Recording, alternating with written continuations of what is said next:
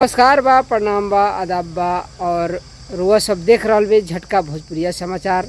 और झटका भोजपुरिया समाचार लेके एक बार आइल बा रुआ सबके ऐसन समाचार लेके आइल बा जौन कि रुआ अभी तक वो बात से रुआ जागरूक ना होखम, वो बात से अभी तक अवगत ना होखम। वो चीज़ के लेके जौन बा झटका भोजपुरिया समाचार रुआ के देखावे जा रहल बा।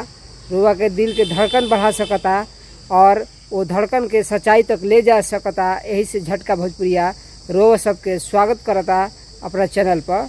और रोज सबके हम कोशिश करवा रहल बई वो भंते जी से, जौन कि भंते करुणा वर्धन जी, जौन कि बौद्ध धर्म के बारे में वहाँ के बहुत अवगत बई और बहुत जानकार बई। तो देर ना करके, लेकिन रोज सबसे आग्रह बा कि वीडियो के स्किप ना करम जा, ये वीडियो के अंत तक जरूर देखम जा, तबे रउआ के सच्चाई मिल सकी और रउआ अवगत हो सकम जा जीवन के बारे में, बौद्ध धर्म दर्शन के बारे में। तो स्वागत बा रउआ सबके इस चैनल पर। भंते जी झटका भोजपुरिया समाचार में रउआ राउर स्वागत बा। हम रउआ से जानल चाहिम कि बुद्ध धर्म और संघ ये तीनों चीज़ का कहाला भोजपुरी में रोज जाना चाह। सबसे पहले ये भोजपुरिया चैनल के जी हम धन्यवाद देत बानी कि हमनी के बात यहाँ वहाँ पहुँचावे के रउआ सब काम करते जा। आप लोग धन्यवाद के पात्र बनी जा। जी सवाल रउआ करते कि बुद्ध धम्म और संघ इका चीज बा। जी बुद्ध का मतलब बा कि स्वयं के जगा लो, जाग जा। अच्छा, जाग के जीवन बिताओ। आप अपना संपर्क के हर काम बुद्धि विवेक से करो। जे व्यक्ति जागो रहेला, जैसे कतहीं कोई संतरी पहारा देता तो जागर रही संतरी, तो यह चोर प्रवेश ना कर सकेला। वही प्रकार के अपना जीवन में जागल व्यक्ति जे रहेला, ओकरा अंदर कोनो राग द्वेष मोह ई जौन बा प्रवेश ना कर सकेला, लोभ ना प्रवेश कर सकेला। तो अपना संपर्क के हर काम बुद्धि विवेक से करे के चाहिए। इंसान के एकरा बारे में सोचे के चाहिए, चिंतन करे के चाहिए कि हमरा से कोनो गलती मत होके। जौन काम करतानी ए पर चिंतन करे का चाहिए कि ई काम जौन हम कर रहल बानी का समाज हित में बा, समाज के अहित में तो नहीं थे, समाज हित में बा न। जौन हम बात बोलतानी तो गलती तो नहीं हो गल, हमरा से गलती तो नहीं बात बोल दिले। ए पर चिंतन करे चाहिए। केहू के साथे व्यवहार करतानी तो ओकरा पर चिंतन करी कि क्या उनका साथे जौन व्यवहार कैनी हा उ सही भइल हा कि गलत भइल हा। यानी हमेशा चेतना में रहे के चाहिए। जे चेतना में रह के जिएला ओकरे के बुद्ध कहला। बुद्ध एक सुखी जीवन जीने का एगो राह हो। आ ए राह से अपना विवेक से जो चलेला ओकर सदा हमेशा मंगल होला, कल्याण होखेला। एकरा बाद धर्म के बारे में भगवान बतौले बानी।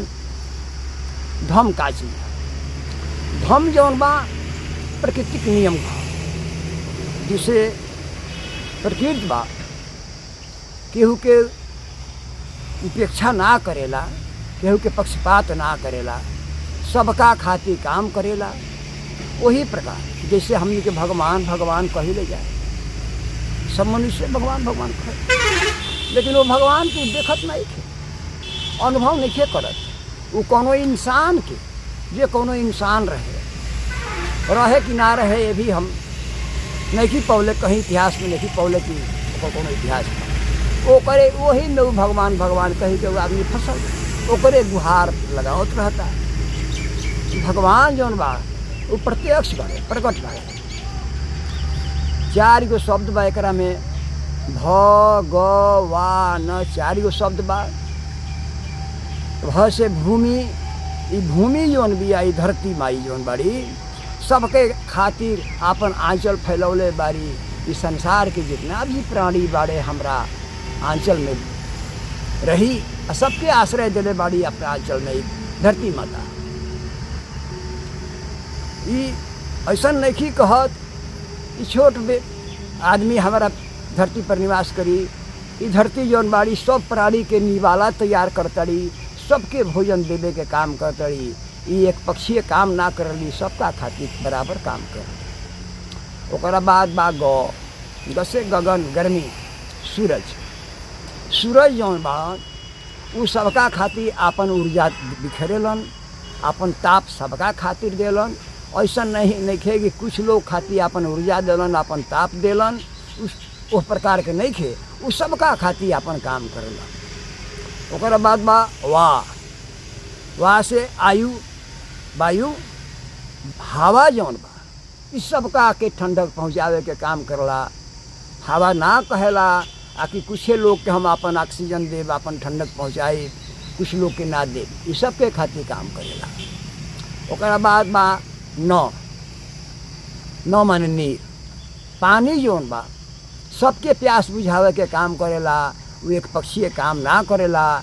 पानी ये ना कहेला कि खासे लोग हमारा के पिए अपन प्यास बुझाइए और लोग के हम प्यास ना बुझाए। यह चारों मिल के भगवान, यह चारों मिल के भगवान हो। आ यह चारों जौन बा मिल करके इंसान के निर्माण करेला। आ यह चारों जौन बा तो जिंदा रख ले बा इंसान।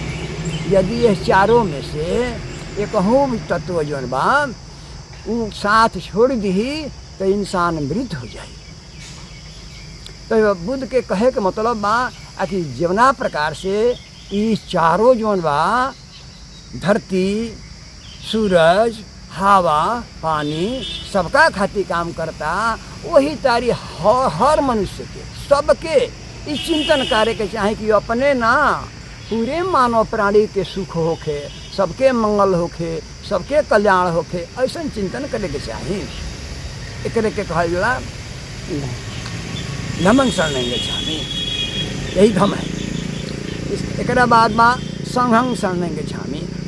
भगवान बुद्ध बतौलन कि संघ बना के इंसान जाति यदि संघ बना के अपन रही तो मजबूत रही, और मजबूत रही तो क्यों केहू दोसर ओकरा के दबा ना सकेला। यदि हमारा देश के लोग अपन संघ मजबूत करके रहतन तो हमार देश गुलाम ना भई रही, हमार देश गुलाम ना भई रही। हमारा देश के गुलाम होखे के पीछे कारण बा, और वो कारण जौन बा ई बा कि हमनी के देश के आम जनता के 4 वर्ण में 6743 जाति में बांट के टुकड़ा टुकड़ा कर दिया गई। यह ना जितना जाति बनावल गई उतना भगवान भी बना दिहल गई। काहे खातिर कि सब अपना अपना भगवान में फंसा रही, एक ना हो पाई। ये सब करे वाला के बा बनती? ब्राह्मण लोग। आरोप लगावते? आरोप नहीं लगावत, हम आरोप नहीं लगावत। ये बात हम 100% सही कर रहा बनी। ब्राह्मणे समाज में वर्ण व्यवस्था के, जाति व्यवस्था के कैलस। यदि ये ब्राह्मणी के अंदर वो अपना एगो फायदा खातिर कि हम सबका से ऊंचा रह, सबसे सब जाति से ऊंचा है, तो वो कुछ हिंदू धर्म के छोड़ ना चाहते रहा। लेकिन प्रमाण खातिर हम बतावत नहीं। कुछ हिंदू धर्म में ऐसा भी विवरण दिहल बा कि ब्राह्मण के जन्म मुँह से भइल बा, लेकिन ये बड़ा धरातल पर जैसन देखल जाता वैसा इतिहास में नहीं खे। जैसा इतिहास में बा है लोग के धर्म पुराण में बा होता है कि धरातल पर नहीं खे। आज तो मुँह से केहू औरत, कोनो इंसान, केहू पैदा नहीं खे कर, मुँह से खखार पोटा आ सकेला। जब पेट खराब हो जाई, पेट में केचुआ हो जाए तो बमन कैला पर मोटा मोटा केचुआ निकले लस। उ केचुआ वो आदमी के भीतर के कुल ब्लड चुसले बा। वही प्रकार के ब्राह्मण समाज जौन बा पूरा बहुजन समाज के केचुआ के तरह खून चूस रहा बा। टुकड़ा टुकड़ा में बांट करके अपना के श्रेष्ठ घोषित कर चाहता। तो ऐसा ना करे के चाहिए। यही कारण बा कि हमारे देश गुलाम भइल। हमारा देश में 56 करोड़ देवता बाड़न आ 33 करोड़ देवी बाड़ी। ये मोटा मोटी 79-90 करोड़ के लगभग हो जाता लोग। और उस समय हमारा भारत वर्ष की जनसंख्या जो रहे वो बहुत कम रहे। देवता लोग से अधवा कम रहे। आई देवता लोग जवना देवता के फेर में हमनी के पूरा बहुजन समाज के डालल बा, ई देवता लोग कबहू ना मदद कैलो।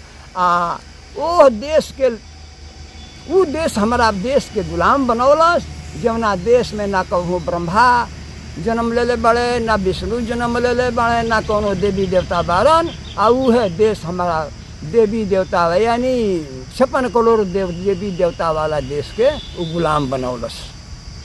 एकरा पीछे कारण का बा? का कारण बा? मानव मान में हमनी के फूट बा। एगो आक्रमणकारी आई रहे, एगो घोड़ा लेके आई रहे अपना साथे। आ उ घोड़ा जौन बा केहू के फसल में छोड़ दिलस चरे के, आगा बढ़ गई। आगा बढ़ल तो एक आदमी से कल्स के भाई देखो ना हो दे बहुत बढ़िया बढ़िया फसल बा, आ ओकरा के एगो घोड़ा चरता, ओकरा के घोड़ा चरता खाता। तो वो आदमिया बोललस जाए दो भाई हमार ना ह, ओ फलानवा जतिया के ह। उ जातीय सूचक बात बोललस, फलानवा जतिया के ह। तब उतना ही से अपन अंदाज लगा लेलस कर्मकारी एह प्रकार से, जैसे कि कौनो औरत बाड़ी से जौन रसोई बनावत ऐसा, गृहिणी बाड़ी सा चावल पकावतिया, आ चावल के एगो दाना उठा के देख लेले कि कांच बा कि पाकल बा, तो वही से पता चल जाला कि बर्तन के सारा ऐसी पाक गई बा। ये पाकल एगो मिल गई तो सब पाक गई बा, अंदाज लगा लेलस। वही प्रकार से ऊ आक्रमणकारी जौन बा ऊ अतने से अंदाज लगा लेलस कि यह भारत में वर्ण व्यवस्था हावी बा, जात व्यवस्था हावी बा, मनुष्य में मेल नहीं खे। ए जवा हमार गोटी लाल हो सकेला, हमार गोटी सेट हो सकेला, हम हमनी के गुलाम बना सकेला भारत के मूल निवासी के। तो हमनी के फूट बा। एकरा के दूसरों भाषा में भी भइल बा, लोग कहेला आज के घर के फूट के कर भइल भयऊ, रावण बाल दोनों घर गए। तो हमारा हिंदुस्तान के लोग अपने में बंटी गए, जाति में वर्ण में बंटी गए, चाहे वो कहीं से भी आयल होखे, आगा बढ़ल नहीं चाहत। बहुत लोग के कष्ट लागी सच्चाई कहला पर, वो कहीं से भी आयल बा, जब मूल निवासी ये के बन गल बा, हमारा भारत के वासी बन गल बा, तो सबके संग में ले के चले के चाहत रहे। आ सब कोई संग में चलित तो हमार भारत एक गुलाम ना भई रही। और यही बुद्ध धम्म और संघ, यही शिक्षा भगवान बुद्ध के। भगवान बुद्ध कहले बड़े हमेशा संगठित बन के रहे के चाहिए, संघ में रही मजबूत रही तो कोनो तू काम कर सकलो, कोनो समस्या के निदान कर सकलो जब मजबूत रहब। तो जैसे कि जवना समय में हम उम्र हमार 15-16 वर्ष रहे, आपसे बताओ थे हम बधारी में के एगो पेड़ के नीचे बैठे रही। हमारा एगो हॉल चलत रहे, दादाजी हमार या तब बाबूजी सब ये रहन, और या हॉल चलत रहे, खेत जुतात रहे, 5 बीघा खेत हमार या रहे। और वही करीब में बगल के गांव के भी खेत जुतात रहे। तो ओहू में के एगो बूढ़ अलन, ओकर नाम रहे लालूसी, जाति के उ राजपूत रह। तो लालूसी कहल के बबुआ ए नाती लकड़ी बटोर, तो लकड़ी हम बटोर के लेनी एक मुठा। तो हे तेरे सयादी हलन कहलन कि ल एकरा के तुरत। तो हम एके बेरा तुरे लगनी तो कहनी कि बाबा टूटत नहीं खे। तब कहलन कि धर ये धर। तो एगो लकड़िया उठा के हमें से दिहल, कहने कि हेकरा के तोड़त, तो टूट देनी, फूट दे, टूट गई। तो कहने कि बच्चा इससे कुछ बुझाइल है नाती? कहने कि ना बाबा बुझात नहीं थे। तो कहने कि बौरा सोमारू भाई के नाती, सोमारू भाई हमार कतना विद्वान आदमी है, चलाक आदमी है, और उनका नाती होकर बुढ़बा पड़ा तू? हम कहीं ना बाबा बुझात नहीं खे, बता दो हमारा के बाबा। तो कलश कि देख संघ में रहब मजबूत, देख कुल लकड़िया देनी संघ, हाथना आदमी तू संग रह तो केहू चाही कि तहरा के तोड़ दी तो ना टूट सकल, कमजोर ना पड़ब। आ देख अकेले हो गल तो टूट दलहानू, तो अकेले हो जीब तो टूट जीब। तो यही काम जौन बा हम ये दूसरा देश से आ करके हमारा देश के लोगन में टुकड़ा टुकड़ा कर दिलस। 6743 जाति बनौलस, आ 6743 भगवान भी बना दिलस। काहे खातिर कि एक ना हो सब फूट रही सब। कोयरी से कही बुरबा कहीं कहते लौकुश के खानदान है, वो हिरन के फेरा में पड़ल बड़े, सोरन चमारन के फेरा में पड़ल बड़े। हमरा से कही कोयरी जाति से कही, आ कोई अहिर जाति से यदि भेंट हुई तो कहे बुरबा कहीं कोयर कोलासी के फेरा में पड़ल बड़े। तो 16 काला कृष्ण के औलाद है, श्यामार से भेंट होई तो कही कि ये बुरबा कहीं कि होते दुष्टन के फेरा में का पड़ल बड़े रे ते स्वयं संत शिरोमणि रविदास के खानदान हवे ई ना कही कि अम्बेडकर जी के खानदान हवे दुष्टा से कही ए बुरबा कहीं का ते हो चमार से मौसी के फेरा में पड़ल बड़े अरे ते खुद हवे गोरिया के खानदान राणा प्रताप के खानदान हवे ते होनी के फेरा में काहे पड़ल बड़े यानी जितना जाति बनौलस उतना भगवान बनौलस ताकि वो अपना अपना भगवान के फेरा में सब केहू रही आ एक ना हो पाई तो हमरा के ये से फेन वतन के वापसी ना करा पाई। यही बुद्ध धम और संघ बा एकरे के पहला बुद्ध यही बात कलम है कि बुद्ध विवेक से काम करे के चाहिए, धम के मुताबिक इंसान के अपना के रखे के चाहिए यानी प्रतीत के मुताबिक अपना के रखे के चाहिए और अपन संघ मजबूत बना के रहे के चाहिए। तीन शरण है बुद्धि के शरण, धम के शरण और संघ के शरण इंसान के रहे के चाहिए।